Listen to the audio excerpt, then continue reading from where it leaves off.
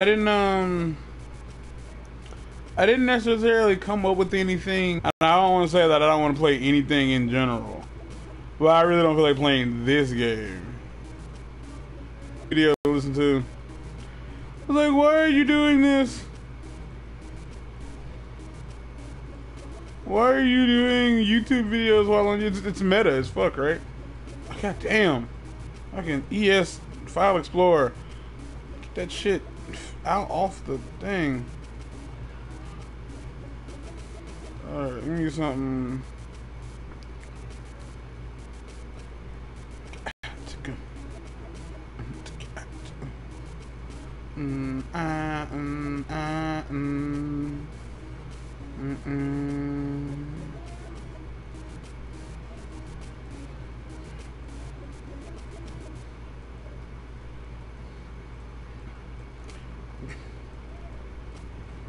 I'm just trying to find a creepypasta that I have like in my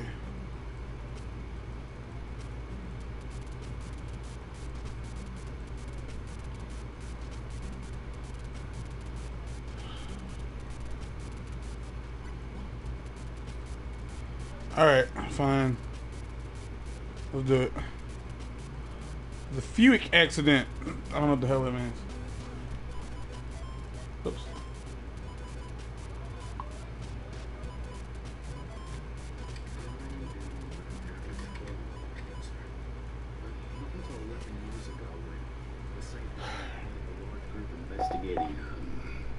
What should I call it? A strange incident that happened in Russia.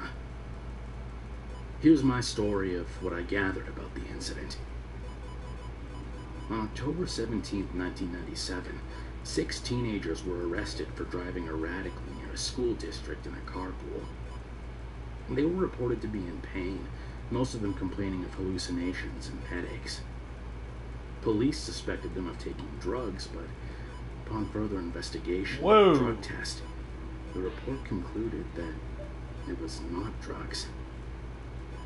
The 6 teenagers were sent to a local hospital for evaluation of their diseases. All 6 patients refused to give their names and so were given numbers instead. 1 in 4 were females and the rest were all male patients. After a hospital stay of 10 days, the doctors were puzzled at what the patients were suffering from. They reported incoherent talking, screaming, and a strange rash on their chests. A short background investigation followed, and the only unusual thing reported was that 2 months ago, the group of 6 friends took a hike in the mountainous wilderness. They had then caught some kind of spore during their trip and suffered anthrax-like symptoms once they returned. Fortunately, after treatment, these symptoms disappeared. It was decided to send the patients to the Fuick Research and Hospital Center, located just a few miles from the hospital, as many doctors suspected this may be a new disease. Afterwards, what happened was apparently classified by the government and cast by which many claim was a cover story. What the government claimed was that over a period of 2 weeks of testing, all the patients were declared to have a pneumonia-like disease, likely caused by secondary infections from the spores they picked up at the previous mountain hike. But it was too late for treatment, and all 6 patients died. Their bodies were cremated and sent to family members in God damn it. However, there were a few suspicious sides of this story that lead many to believe the government was trying to hide something from the public.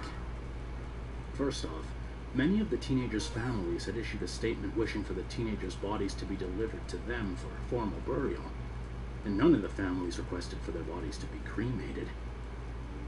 And an even more strange fact was that the research laboratory where the patients resided abruptly closed down. According to rumors, at just about the exact time the teenage patients were declared dead, armed guards stood outside the building, wearing SWAT bolted shut completely, and all windows of the building covered with black material, likely curtains. All these facts eventually led to a general group on the internet forum I was in to start an investigation on if there was a secret side to the story. was curious about everything, and I joined. I became one of the biggest informers of the group.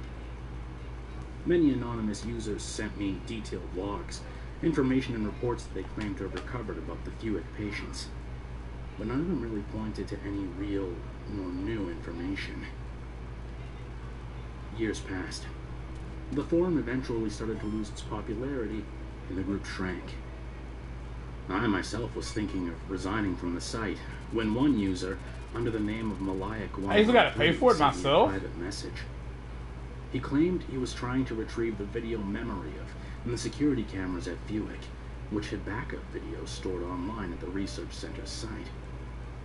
I kept in touch via PMs with this guy. Eventually, I gave him my email, and every day he began to email me with what he had gotten at the site.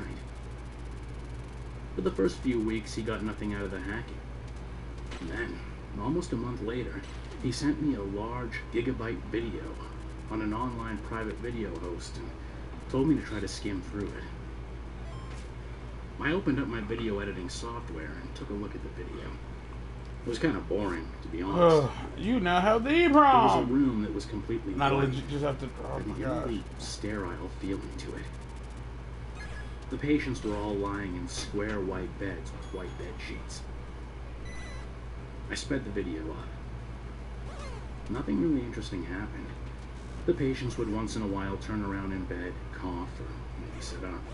And doctors and nurses would come in once in a while to check up on them and provide food and drinks or medical attention. Overall, the video didn't seem to be very strange or different. On the second day, the videos were the same.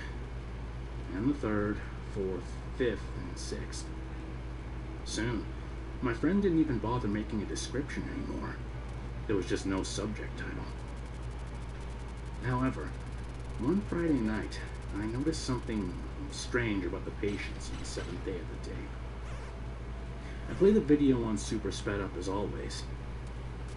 The patients seemed to be in the same condition they'd been for the week, but there was something different this time, when the timestamp of the video read from about 10 o'clock in the morning. I don't know how to accurately describe this, but the patients' bodies were slowly, very slowly, noticeably starting to swell, mostly in the stomach.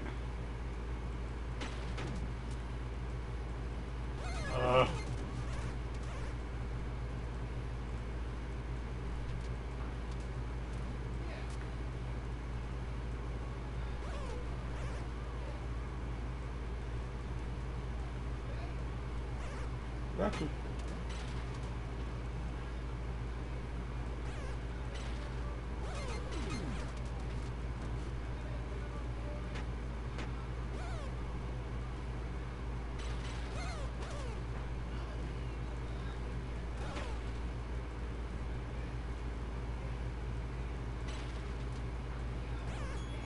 Damn.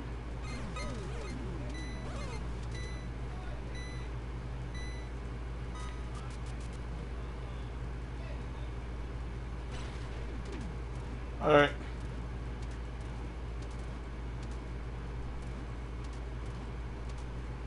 This is where I met the one guy. It's not the right spot.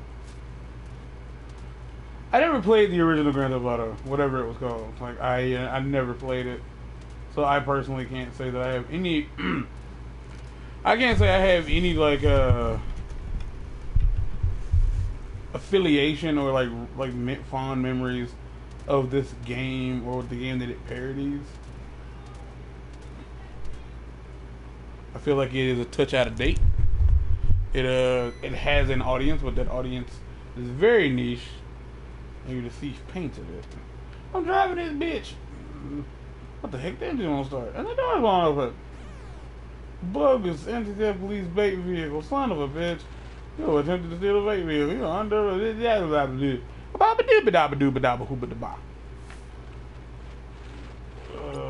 daily fresh air. Gnarly. I'm in handcuffs.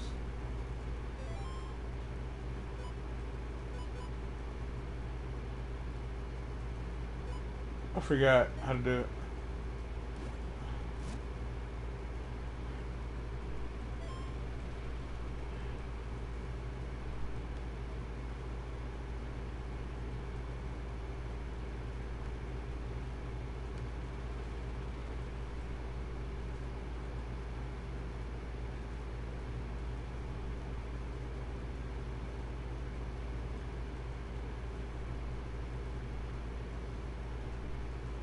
Fucking hell. Alright, whatever, dude. Fuck you. Alright, so he turns away for a good little minute.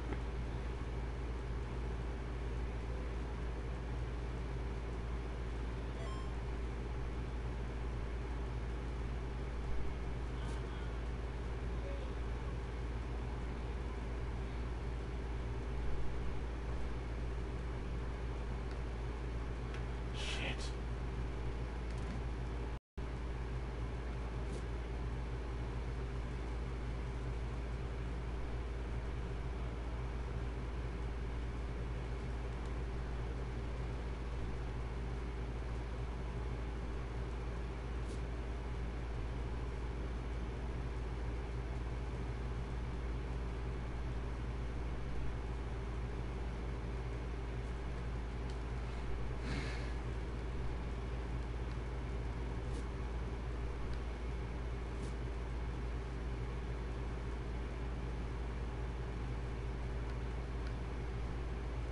Fuck, dude, what the hell?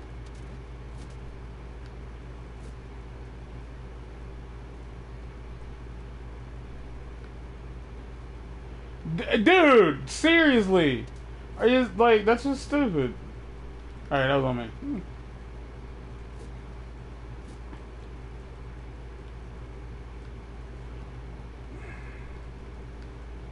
So, what exactly am I doing wrong with that guy?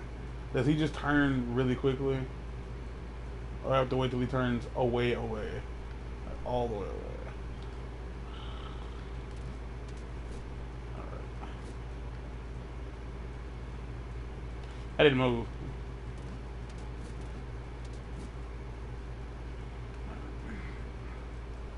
I got it.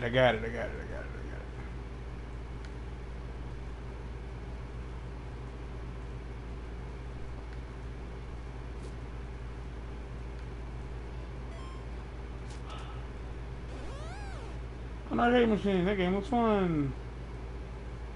Stupid stomp piles. Alright.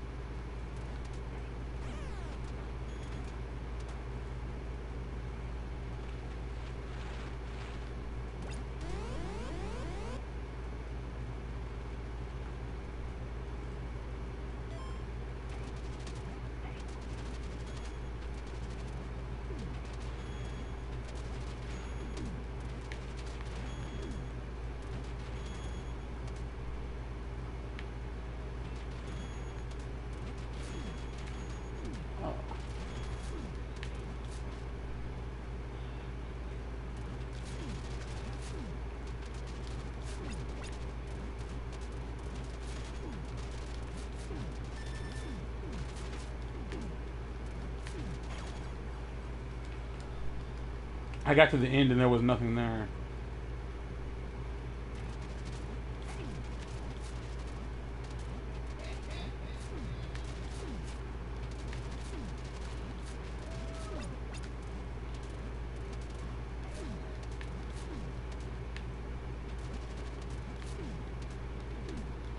That's because I'm missing.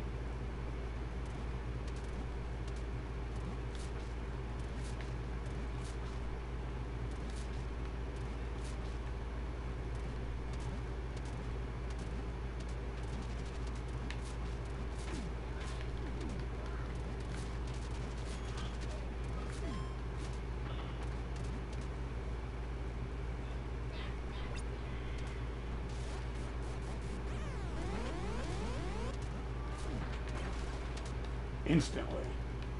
Really? Alright. So he died and then I got killed?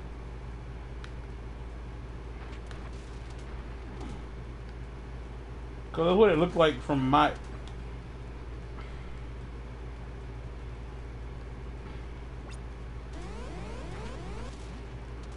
From my end, it looked like that. that he died and then I got killed.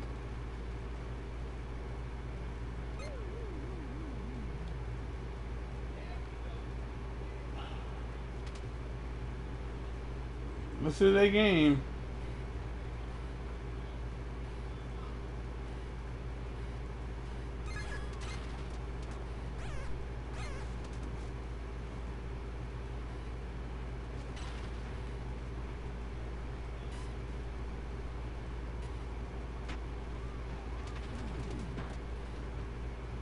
And given that it's so hard to not hit shit.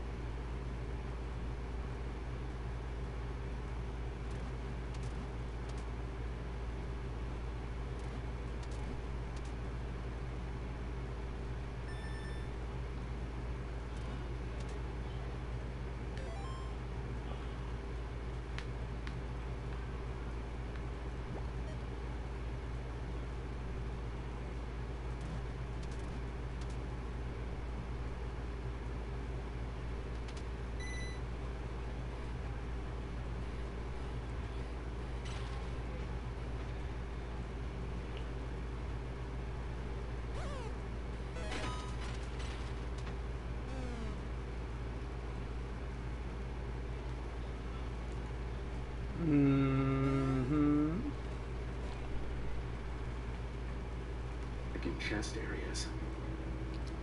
It was late at night, so I didn't dare to watch the rest of the video because it was really creeping me out, and I'm not a fan of nightmares. Now, I was very curious to know the rest of the story to this mystery. The next day, my friend's email arrived at 7 o'clock in the morning. This time, he included a voice message with it. Apparently, he watched the video as well. His voice was very shaky. Notice something about those few patients in the last video I sent you. I just watched it, and what I saw, the patients were like just bloating up. Oh. I think moaned it. Damn. Now we know that we're looking at a mystery. The way I see it, a really disturbing one too. I'm not gonna look at this next one. If you can, watch it. Tell me what's in it. My hands were shaking as I clicked the host link and the new tab opened up. You know that cold, clammy feeling where the back of your neck is all prickly, sort of like when you were waiting for the picture of a gruesome murder scene to load? I was having that exact No, that's not a thing I know about. The soap and buffering icon seemed to take forever to load. Finally, the play button appeared, and holding my breath, I loaded it into my video editor and played it. Things didn't seem to get any better for the patients. Their skin was a sickening reddish color, as if they'd been in a tanning bed for 6 hours straight. The bloating also didn't seem to quell. Over the next 5-hour period, sped up into 5 minutes, I watched in disbelief as the patient's chest areas started to rise. They were soon so puffed that a bit of their stomach showed through the top of their shirts. It was clearly visible even at an overhead view. That doesn't even seem I didn't want to see any more of the atomically video. possible. I clicked out of the host site and hammered out a quick reply to my friend, claiming that I didn't notice any swelling and that he probably just saw it wrong. I didn't like to lie like that, but at the same time, I didn't want to freak him out with what the patients looked like at this point. The next day, the sun seemed to take forever to rise. Partly because I was hunched over my laptop starting from 5 in the morning, running through the facts of what I saw in the video in the forum post group, but most people didn't believe me. Can't blame them. Then, at 11:38, a beep sounded on my email app and a new message pop-up appeared. He didn't include a message this time, probably since he was too scared to view the video and pre-inform me of anything. I dragged the video into my editor as usual.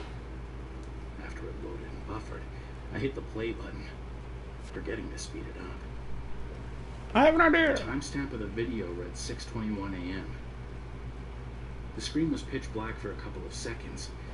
Then there was a white flash, and the video slowly dimmed in.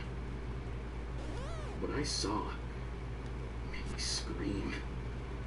Every one of the patients, every single one of them, was lying in a pool of blood. Dead. These patients are dead. That was the first thing that came to my mind. But then, a sudden movement at the bottom of the screen caught my eye. It was one of the patients. He or she was still alive.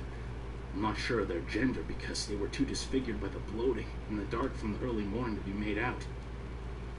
I dragged the video flipper forward about 5 hours to around noon on the timestamp.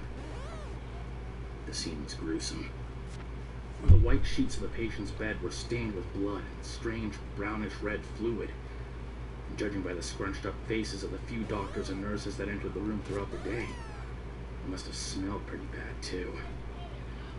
I'm sorry to say this, guys, but all of this footage was too disturbing for me to I bear. get it, I just don't care. I skipped 4 days of the video, only viewing the last one at the end of the 2-week period of the patient's stay. What I saw on the final day of the security camera footage is going to haunt me the rest of my life. The tape started up at about 1 in the afternoon. The patients were now horribly bloated, deformed, with yellowish fluid seeping from gaping, open sores in every visible part of their body. But it wasn't just the patients. At around 3 in the afternoon, a figure walked into the room, wearing a starch white coat. It took me a while to register that the man had to be a doctor or a scientist. And it took me even longer to recognize the long black object he was holding in his hands. It was an assault rifle. The guy pulls back some sort of mechanism on the gun and then, in a split second, had the gun raised and aimed. 30 bullets flew through the air in less than 4 seconds, full auto. How the fuck do I get over there? Sounds so loud. Movies had exaggerated it way too much. The patients didn't cry out or react at all to the bullets. They just suddenly shuddered as the bullets slammed into them, driving them backwards. And they lay still. 2 days later, I finally realized what was wrong. Why the teenagers were cremated. Why they were so horribly deformed in the videos. And why that doctor stormed into the room with a gun and shot all of them. 2 days of research have finally brought me to the disturbing conclusion. The patients had already been dead when they arrived at Fewick. They were dead for the whole 2-week period. Yet they were moving and talking. And the most disturbing part of all, their bloating was from the first stages of decomposition. For 2 weeks, I was watching footage of 6 rotting corpses.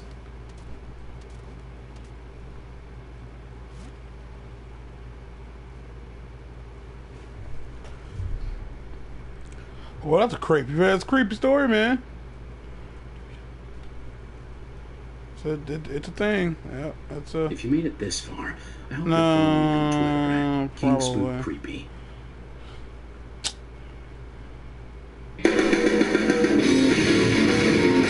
Yeah, that was loud. Oh, God, I hate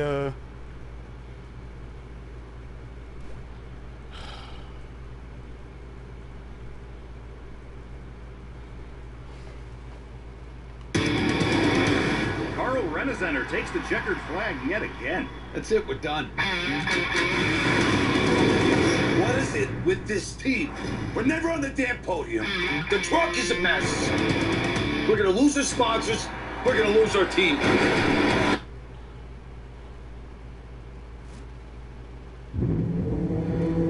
Chilling tales for dark nights.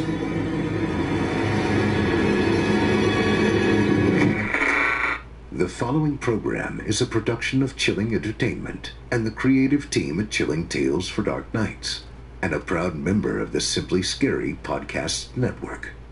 Visit simplyscarypodcast.com to learn more about this and our other weekly storytelling programs, and become a patron today to show your support and get instant access to our extensive archive of downloadable ad-free tales of terror. Thank you for listening, and enjoy the show.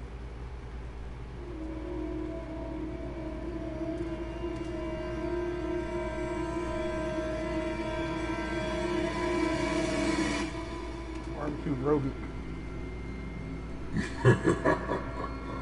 Good evening. I'm storyteller Otis Gyrie, and I ain't your grandfather. From where I'm from, we don't do bedtime stories. And if that's what you were expecting, you're in the wrong place. If it's terrifying tales you're after, well then, I've got just the thing. Get comfortable, settle in, turn off the lights, if you dare. Your night is about to get a whole lot darker. Who needs sleep anyway?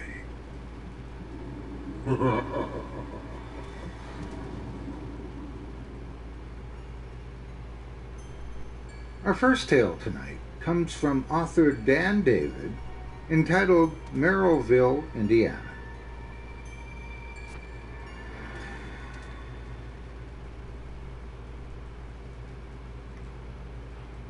Have you heard of a town in Indiana called Merrillville? It's a small, quaint little place outside of Indianapolis. A lot of mom-and-pop shops, back roads, and a couple of local Dairy Queens for high schoolers to hang out at in the summer. Nothing too strange. I bet you can wander the streets for hours and find nothing odd about it. Unfortunately, I did. A couple of years ago, I drove through Merrillville. My girlfriend, Michelle, and I were on our way to a concert in Indianapolis, coming from Chicago. The tickets were free, so we figured the 3-hour drive, complemented by a beautiful mid-August day, would be worth it. For the most part, it was. The highway had little to no traffic, so we were making great time. It wasn't until our GPS took us off the highway that we had issues. The exit directed us into Merrillville. At first, things were fine. There were a handful of cars driving around us. The establishments and infrastructure, though somewhat dated, did not set off any alarms. We even saw a couple gassing up at the corner stations. Proceeding on the given route, we continued to explore the small Indiana town. Eventually, I noticed something wasn't right. It had been about 5 minutes of driving around before I realized there were no other cars in the street. None driving, none parked, nothing. While it was somewhat strange, I was able to brush it off. What bothered me more than that was the weather. The sunny day we had been enjoying disappeared, transforming the clear summer sky to one of thick, menacing clouds. We drove on for a few more minutes before Michelle verbalized my thoughts. "Are we like the only people in town right now?" she joked. Her tone mimicked confidence, but it was clear she was concerned. I was too. What was going on? How could we have gone that long without seeing a single person? No drivers, not even any pedestrians. We were suddenly in a ghost town. I realized we'd been driving in silence for a while. Our mix CD had finished, so I hit the radio button in hopes of relieving the tension in the air. Silence. The radio station was completely silent. No static or white noise, just nothing. Michelle and I looked at each other, both of us not uttering a single word. I tried all the presets and even tried scanning around, but it was of no use. I put the stereo back on CD mode and put it on track 1. The music began to blare through the speakers. I forgot we had turned up the volume to its max in hopes of hearing something on the radio. Startled, I turned it down and took Michelle's hand to comfort her. "Babe, can you check out the GPS? Reset it if you have to," I said with a calm tone. She nodded and grabbed my phone from her lap. She closed out the GPS app and reopened it to enter the venue address once again. Her grasp suddenly tightened up, and her breathing became noticeably louder and faster. I turned to her and reluctantly asked, "What's wrong?" There's no signal, not even one bar," she squeaked out through exasperated panting. "We just full service literally a minute ago." I faked a laugh and replied, how poorly phrased that statement was. In the corner of my eye, I noticed her leering at me. Unfortunately, before I could correct myself, things got worse. Static began playing over the music. Barely noticeable at first, it only took a few seconds for the brain-rattling screech to become ear-piercing. All right. Michelle jerked her hand from mine and blindly slammed the radio console, accidentally switching back to the radio. The static stopped, but what we were met with made us wish it hadn't. A distorted voice was heard through the speakers. It sounded like multiple synchronized voices combined into one, with sickness rising in our stomachs. We listened as it spoke. "Pull the vehicle to the side of the road." It sounded as if whoever was speaking was struggling to string the sentence together, like English was not their native tongue. Eventually, the voice changed its tone. It became louder and louder until it began to aggressively scream the original request, demanding that we come to a stop. "Pull the vehicle to the side of the road. Pull the vehicle to the side of the road. Pull the vehicle to the side of the road." Michelle had begun to cry quietly and turned to me. "What's happening? Are we in trouble? Why don't they just pull us over?" "I really don't think these are cops, Michelle," I answered as I shut off the radio altogether. I kept my eyes pinned to the road ahead, looking for any exit out of Merrillville. There was nothing, just intersection after intersection. It was then that the stoplights ahead of us all turned red at the same time. Without hesitation, I pushed down on the gas and sped through each of them. Michelle was caught off guard and began to scream at me to stop. "What are you doing? Slow down," she demanded. "We're the only ones here, Michelle. I'm not stopping for anything." The pedal was to the floor at this point. Finally, I had a glimmer of hope. A sign became visible to the side of the road, directing us to the highway. I continued down the road, blowing red lights, stop signs, everything. In less than 2 minutes, we found the entrance to the highway and immediately turned to access it. Before the wheels touched the pavement of the interstate, a bright flash illuminated the dark sky. It looked like a powerful burst of lightning. Okay. It lingered just a little too long to be natural. Yeah. No thunder accompanied the sinister flash, but it was far from silent in the car. Michelle let out a blood-curdling scream and buried her face in her hands. At this point, I was going well over 100 miles per hour with no concern of laws, collisions, or other common concerns of driving. We continued to drive in silence for a couple minutes before we finally began to see other cars passing by. The clouds in the sky completely dissipated. The radio began to work again, with no sign of the static. The GPS also began to work, rerouting us back to the concert. Michelle and I didn't speak until we arrived to the venue. We pulled into the wide-open field that apparently was used for parking. Upon seeing all the other cars and people, we finally began to calm down. Staff directed us to an open spot, and we pulled in. I turned to Michelle and took her hand before asking, "You okay?" She chuckled under her breath and nodded her head. She sported an expression of sarcasm and replied, "Just grab our seats. I really need a beer right now." And the rest of the day was excellent. The seats were better than we expected, and the show was great. The atmosphere was so energetic and exciting that we both had forgotten about our previous ordeal. It wasn't until the show was over and we were back in the car that we realized something. We would most likely have to take the same route back if we wanted to get home. I didn't even wait for Michelle to voice her concern. As soon as I fired up the engine, I declared, "We'll find another way back, even if we have to drive a couple hours extra."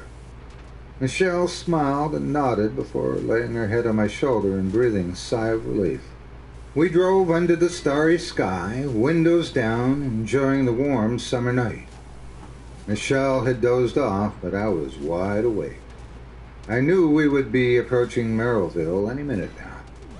I kept an eye on the GPS and nervously awaited the command to exit the highway and enter the town we dreaded so intensely. But the command never came. For some reason, the GPS had calculated a new route back. Before I knew it, we were back in the city limits of Chicago without a mere mention of Merrillville. I was confused, but mostly I was relieved. I didn't even want to question it. Michelle woke up and immediately looked around. She noticed we were surrounded by the familiar cityscape and groggily asked where we were. "We're back in Chicago. We're fine now," I said with a reassuring smile. We drove back into the suburban town we called home. I dropped her back at her place, and that was that. Michelle and I broke up a couple months later.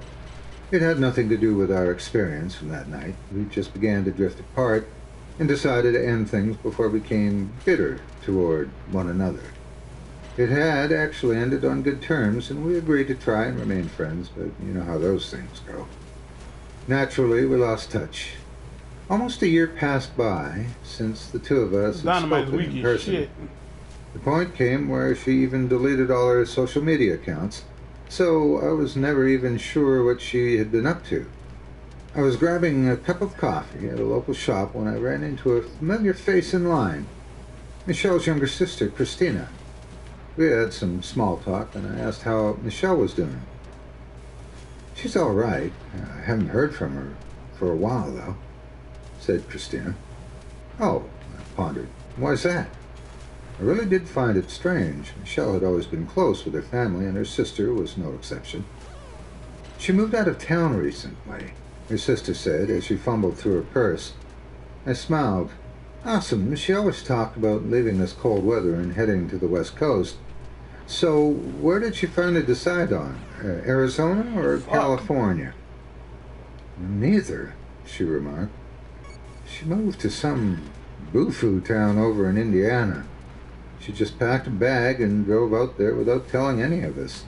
She didn't even tell her landlord, just left each of us a voicemail letting us know she'd be gone." I said nothing. I just stared blankly. Fuck. Christina continued. "We all assumed she was having money problems. When she called, she must have done it from a payphone or something, because her voice sounded really weird in voicemail. Plus, why else would someone move to such a boring town? In Indiana, of all places? Rent there is probably way cheaper." I stared back at the woman in silence as my mind began to go all over the place. I was expecting her to look up and start laughing any second, admitting what she said was just some kind of dark joke. Did you say Indiana?" I choked out. "Yeah," she said. Damn it. "Merrillville, Indiana." I swallowed hard, reluctantly asked, "Do you still have the voicemail?" Christina grabbed her phone and scanned through it. "Let me see here. Oh, yes, here it is. Check it out. Her voice sounds like she's being auto-tuned or something." She joked. I didn't laugh. Grabbing the phone from her hand, I hit play and held it to my ear. I don't have... Upon hearing the contents of the message, my skin went white. Her voice had the same exact distortion as the voice that we heard on the radio that day. The only difference was that the primary voice was, in fact, Michelle's. Her tone completely lacked any hint of emotion as she spoke. I will be leaving town today, going to Merrillville, Indiana. Restarts. Please come visit anytime. My eyes welled up and I cut a lump in my throat. Christina caught this and asked what was wrong. How could I even explain it to her? What could I possibly say to even try and explain everything? Clearly, Michelle never told her family about what happened to us while in that town. No way would they have let her go there again if she did. Before I could respond, I felt my phone begin to vibrate sporadically at my side. With shaky hands, I fished it out of my pocket. To my surprise, I was not receiving an incoming call. Shit! It was a series of text messages Shit! from Michelle's number. They were broken up in small fragments. When the vibration stopped, I was finally able to see the complete sentence. Yes, please do come visit me. Anytime. I think you know where to find me.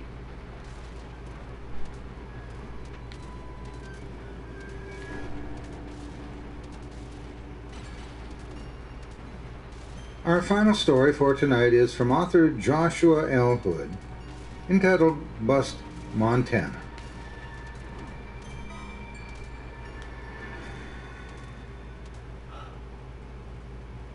Jesus.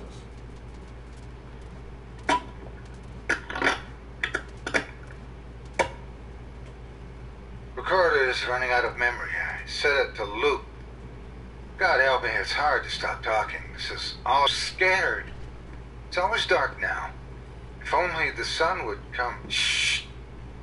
It's, I think, in the trees. Is that the doctor? Is someone there? Dear God, the air is so heavy here. I can hear it coming now.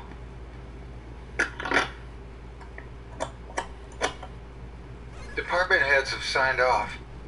This project is now eligible for my thesis. I don't think Dr. Luke was too happy about having the journalism department involved, but 6 months into the GI mess and a tour driving armored convoys in Iraq, can't turn down that kind of experience, could you, Doc? So I'll get $12 an hour, credit as driver and field cook, and a chance to scoop the biggest story in Western archaeology since, I don't know, whatever the last one was. This one will make for a great resume. Watch out, National Geographic. Here I come. March 3rd, 2014. So I've decided to read up a little on Old West mining towns. I don't know jack about archaeology, and I don't want to be a total load. Also, I'll be recording everything for posterity. Never know what I'll need for the thesis. I'm off to an orientation meeting with the archaeological crew now. Updates to come.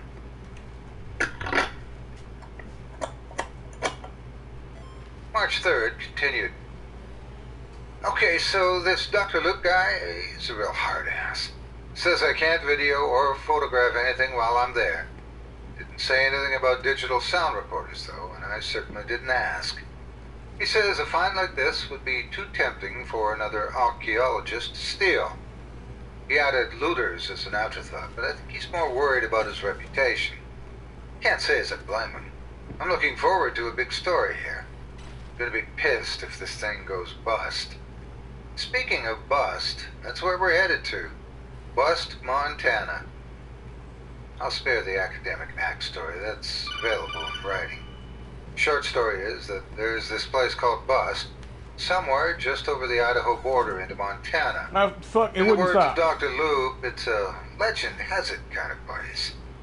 I guess they weren't even sure it existed until a survey crew came across it 2 years ago.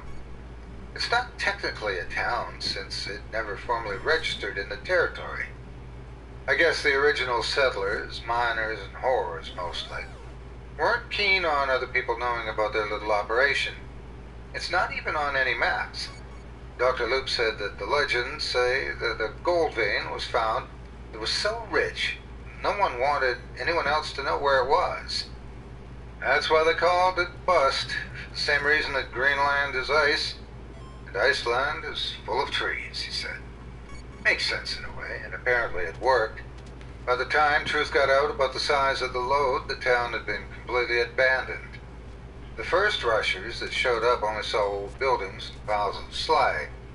They said they couldn't even find the mine. After that, it became a ghost town. Then it became a moss-covered heap. Got it. But got now it, got we it, get to dig got it up. Exciting, isn't it? March 15th. Departure.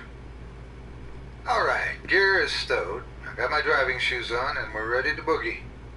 I think the Archies will be a lot of fun. They've already started drinking. I got one more title to my credit. I get to shoot the official photos of the dig. Luke said my journalism degree's got to be good for something. I can't have the camera to myself, though. They're stored away with the other gear. Can't be too careful, eh? Yeah, right. Well, let's get rolling. Got a long drive. March 15th continued. So I don't think I mentioned the bus. We got a full-size commuter bus for 12 people and the gear. It's university-owned, but it looks like something Buddy Holly might have turned in. No. Old as... you know what. Drives like it too, but I've driven worse. They took out the back several rows of seats and turned it into a makeshift lab. I'll be sleeping in the bus. They said it would be a good idea for security's sake. Personally, I'm just glad I won't be stuck outside. Looks like rain.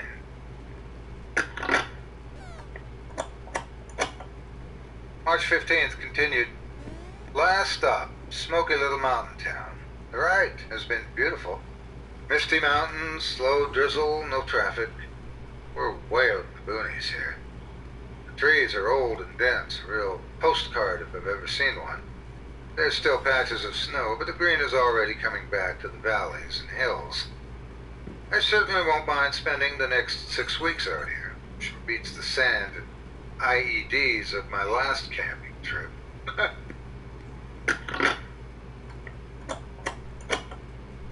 Okay, this place is... Whoa, wait, oh. March 15th, continued again. Alright, this place is weird. At dinner time, the Archies wanted to grab some grub in town. It'll be the last time in 6 weeks that they won't have to put up with my cooking. Say what you want about the Army. It'll make you a good cook. They'll find out soon enough. So anyway, we pull into town here. All the passengers are asleep, okay?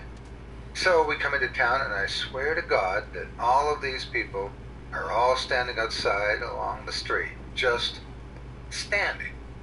It's not a big town. But it's like everyone is just hanging around outside in the rain looking at nothing in particular. Maybe they heard the archaeologists were coming through. Just didn't have anything else better to do. If they were expecting Indiana Jones, I think they were disappointed. And that would explain the sour looks on all their faces. Not sour like angry, mind you. I never get the angry locals hate the outsiders vibe, which would be preferable in a lot of ways. They just seemed vacant. So we got gas and hit the local dive. A greasy spoon joined with burgers, meatloaf, nothing else. And I swear to God that not one person outside of our little group said a damn thing the whole time. Not when the waitress took our order, not when we paid, nothing. And they all just stood around when they weren't doing anything, kind of staring off into nothing. Strange. March 16th. Got to the campsite late last night. We all just crashed in the bus until morning. Not like literally crashed, I mean slept. Anyway, I just finished my first meal with much aplomb. Bacon, eggs, oatmeal. We bought enough food for a week. Then I have to go back into that town to restock. I'm not looking forward to that. Apparently, I wasn't the only one to notice everyone acting weird. It's all the Archies could talk about on the rest of the way up. One guy said that they all looked dirty to him, that they smelled like dirt. And the waitress had twigs stuck in her hair. Another girl said they reminded her of bad actors who'd forgotten how to play their parts. Said she thought they didn't act like real people. Like, oh, what's that? On my way. The good doctor requires my assistance. Time to earn my keep.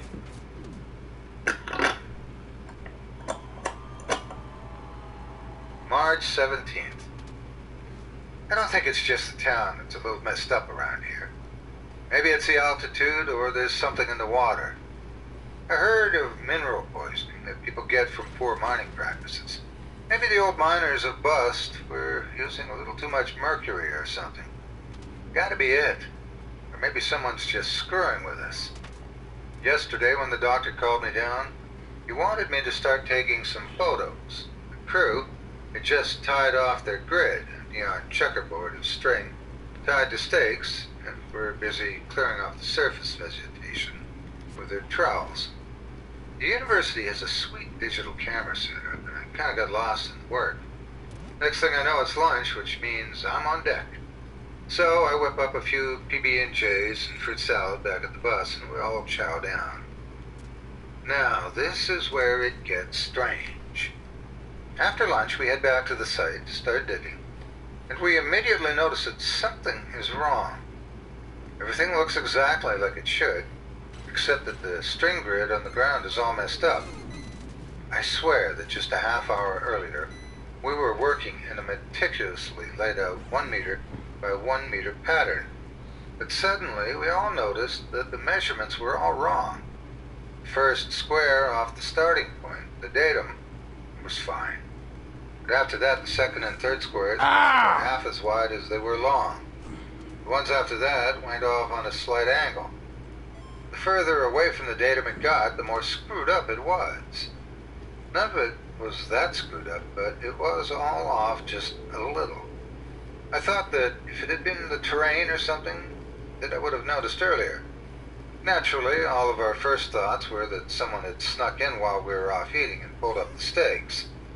The problem was, as the doctor soon noticed, after he told everyone to back the hell off and go back to preschool to learn how to count, was that the string had been pulled tight around the pegs at all the corners when they were adjusted so that it looked like it was professionally tied off that way. A feat that he assured us would have taken far more than half an hour. Moreover, the areas where the crew had been clearing away the surface vegetation still followed perfectly along the lines of the grid, even after it was screwed up. I was shooting the whole morning, and I know that those guys were following those lines like the smartest kid in kindergarten. So what, then? How had the whole thing gotten screwed up? I don't know. I had the bright idea of checking the photos I'd been taking that morning. As soon as I clicked the review button on the camera, I nearly crapped myself. All of the photos showed the crew working diligently away at excavating skewed and off-center grid squares. Everyone there swore on their lives that they'd been in perfectly measured pits. After that, Dr. Luke took all the booze in camp and locked it in the bus's cargo compartment. He said that the crew was on thin ice and that it wasn't really funny. I agree, but he never did explain how it was that he'd gone all morning without noticing too, though I could tell that he was bothered since he was only yelling half-heartedly. March 17th. Continued. I haven't had much to do since the crew has spent all day trying to recover from the damage caused by the screwed-up grid. I decided to go back over the pictures on the camera. I pulled them onto the laptop just for the purpose. Battery life is limited, but I'll risk it. I'll sit in camp with this. I know how that sounds, and trust me, I've double-checked. But after counting up the number of people 3 times, I always come up with 1 person extra. Damn. That's 13 people. Damnedest thing, though, is that I can't decide who's extra. I go through the images, and I can name every one of the people in them. All 12. When I count up the numbers of different faces, there's 13. Since there are no pictures of everyone together, it's hard to tell which face is extra, though you'd think it would be obvious. Maybe someone just changed their clothes or put on makeup or something. Hard to tell. Can't really rationalize it, no matter how hard I try. March 18th. Yesterday, after my last entry, I went to Dr. Luke to tell him about the people in the pictures. I didn't know how he'd take it or if he'd even listen. But when I got to the site, I found him yelling at one of the grad students. She was holding half a spool of neon string and yelling back. The problem was obvious. She was claiming that they'd double-checked his measurements and all the stake positions fell in the same place every time. The grid was all messed up again. "You watched us do it," she shouted. "It was perfect." She didn't look perfect from where I was standing.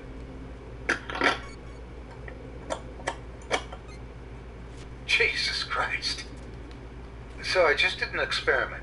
Thought I'd engage in a little science of my own and took a picture of myself with the camera.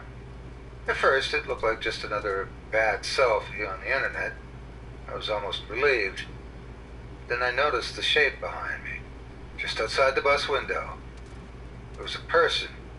He, or she, looked damn familiar, but I can't tell exactly who it is. Jesus, man.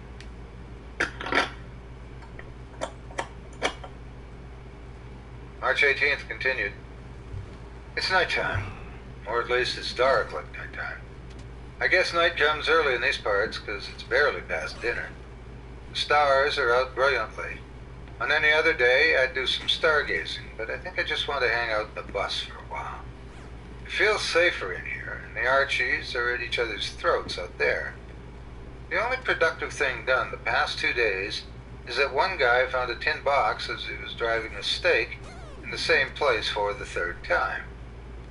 Normally, I think they would have excavated the box out of the ground slowly, marking down all the sciencey stuff as they went.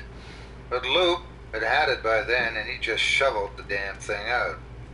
It was locked. I could tell that everyone wanted to know what was inside, but the good doctor checked himself right before wrenching it open and damaging their only find. Wrapped it in paper and stuck it in a makeshift lab area of the bus until we get back to the university. After that, everyone seemed to chill out and they packed it in for the day. Then it started getting dark. No one seemed to notice the early hours, so I just let it go. Dinner was good, but no one seemed to appreciate it. I made extra dessert, hoping it would cheer everyone up, but they didn't even touch it. More for me, I guess. They're all in their tents now. I guess it's as good a time as any to get some sleep. March 19th. It's still dark. Had to check my watch twice. It's 8:36 a.m. now. 2 hours after I was supposed to be up. No one came and got me, which makes me feel like an idiot. I'll have to apologize for the late breakfast. Maybe I'll run into town and get everyone some pizza for lunch. That should cheer 'em up. Maybe they didn't wake me because the rain got worse. Clouds could explain the darkness. Sounds quiet on the roof of the bus, but maybe it rained all night. Can't dig in the mud, can they? Well, either way, they're going to need breakfast. They're all gone. Every tent is empty. Maybe they're at the dig already. We've got the coffee on the stove. It'll be a while, so I'm going to go check it out. Oh yeah, and it's not raining. It's still nighttime. Not a cloud in the sky, and this far from the city, the stars are spectacular. Wish I was in the mood to enjoy them. Maybe my watch is broken, but then, why are they gone?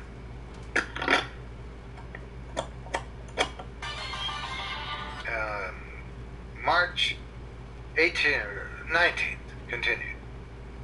They're all just standing there. There's one lantern in the middle of the dig, and they're all just standing around it, not moving. I can't see their faces from here. There are 13 of them.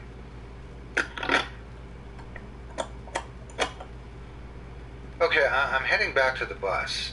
I thought to go back to town and get help, but then I remembered how everyone in the town was standing around and not saying or doing anything as well. Just like the crew. Can't be a coincidence, right? Oh. So now I don't know what to do. Maybe the doctor has a satellite phone in the emergency bag in his tent.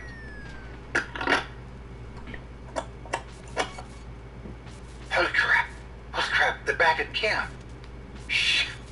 Gotta whisper. Don't know why, but I don't want them to see me. How did they beat me back? They're all just standing in camp. It's only 12. They're all staring into the trees. The doctor has a cup of coffee. I didn't see him get it. He's standing near the front of the bus, and there's something wrong with it. Different. It looks older, like the paint is cracked. And there's moss growing on the hood. It looks like it's been there forever. Oh, it still starts. I'm getting the hell out of here. There's something in the trees. Maybe. I don't know. 10 rows in my mind. A warning, a final warning, no more. Patience is waning. Don't make it come to us. What the hell? I don't remember making that last entry. I just sitting here in the driver's seat with the recorder running, just staring. I don't remember getting in the bus. That last recording, I just don't remember it.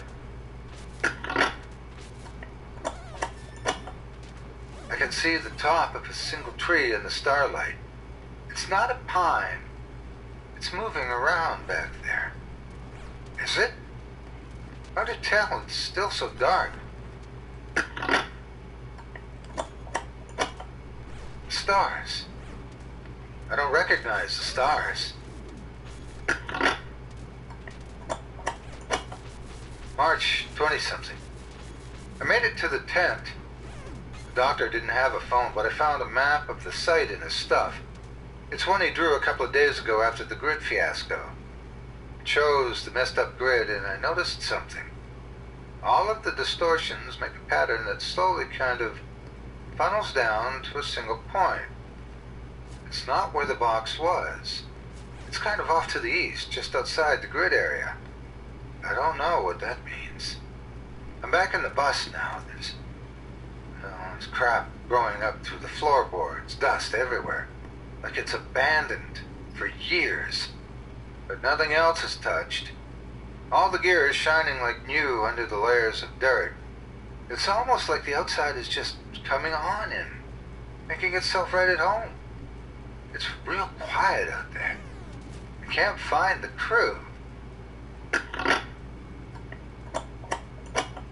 Bus doesn't start. Can't even get the keys in the ignition, it's too rusted. Going back to the dig, maybe they're there. Maybe I can wake one of them up or something. They're all standing around a spot just to the east of the grid.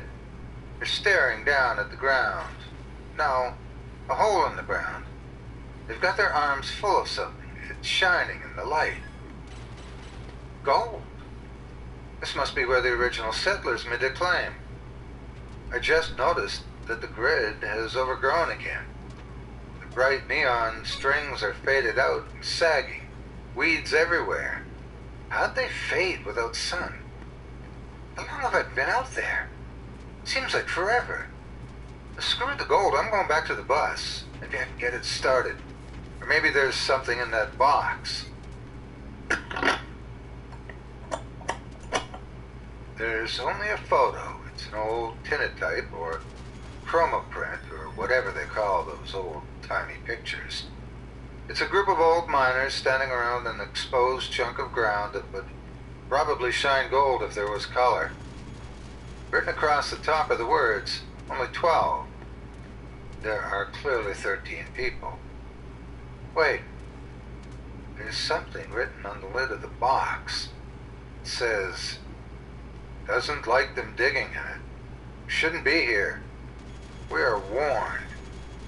What the heck? Well, whatever it is, it should know that I didn't do the digging. Do you hear that? I didn't dig a damn thing. It's in the bus, but it'll be coming out soon. I saw it just before it came in. Through the dusty windows, I saw it. It was just sticks, maybe a tree, moving along. Bailed out the back and crawled under the bus just as it came through the door. I don't think the tree thing was all of it. I think it was just part of it. I think everything is a part of it. I'm lying on it right now. The tree is just doing what it says. Tree thing moves like a two-legged spider. Its branches twist around like a dog's head, like it has eyes somewhere in that tangled thicket. I don't know what I'm saying. I feel like I've been awake forever. I don't feel alone. I feel like there's something else here with me. I can't see anyone. Wish I had the camera. It's getting closer. The stick creature's gone, I think. Hard to tell since it looks like trees. I can feel it waiting. I think it can feel me, too. Yes, it knows exactly where I am. There are tendrils, something reaching into my head. It wants me to say something, a warning, to stay out of its world, to not disturb it. People in town couldn't warn us, they're already a part of it. It's old, so old, and it's tired of us, getting fed up with us. It will come in its own time, soon. That's it. I don't know what it means, but I've said it. Maybe it'll leave me alone now. Put this in the box, hope it helps. The little indicator light says that my voice recorder is running out of memory.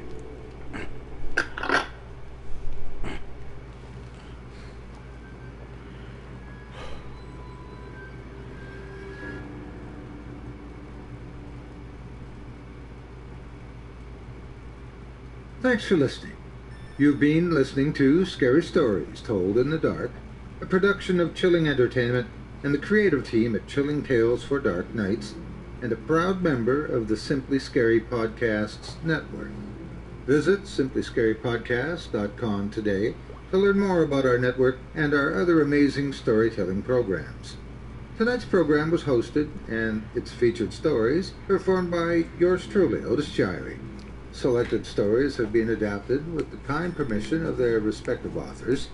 Original music provided by Luke Hodgkinson and Jesse Cornett. Sound design and final mixing and mastering provided by executive producer and director Craig Groshek. Program's artwork and logo by David Romero.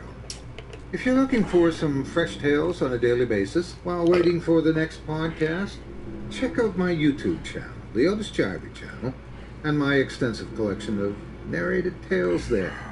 Simply search on YouTube by my name, and you'll find me. And don't forget to subscribe and press the bell notification icon to get my latest releases. Got a scary tale of your own that you'd like performed? I take submissions.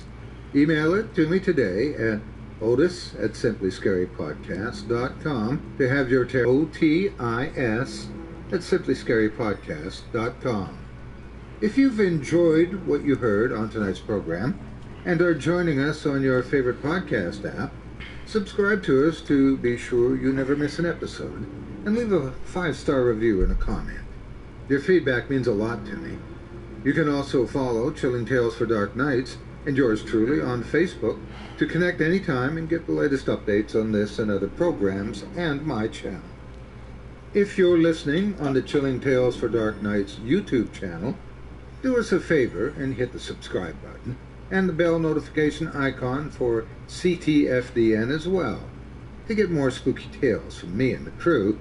Alright, that's enough of that. That's my hour. I'm gonna be done here. Because to be fair, I'm not a fan of this game. It's not terrible. I kind of do want to get through the story and move on, but it really,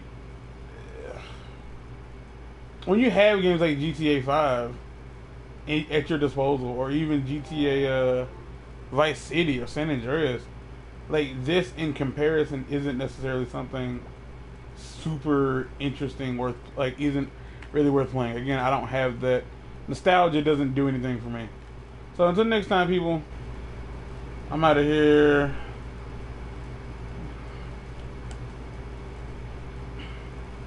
What am I doing? Okay.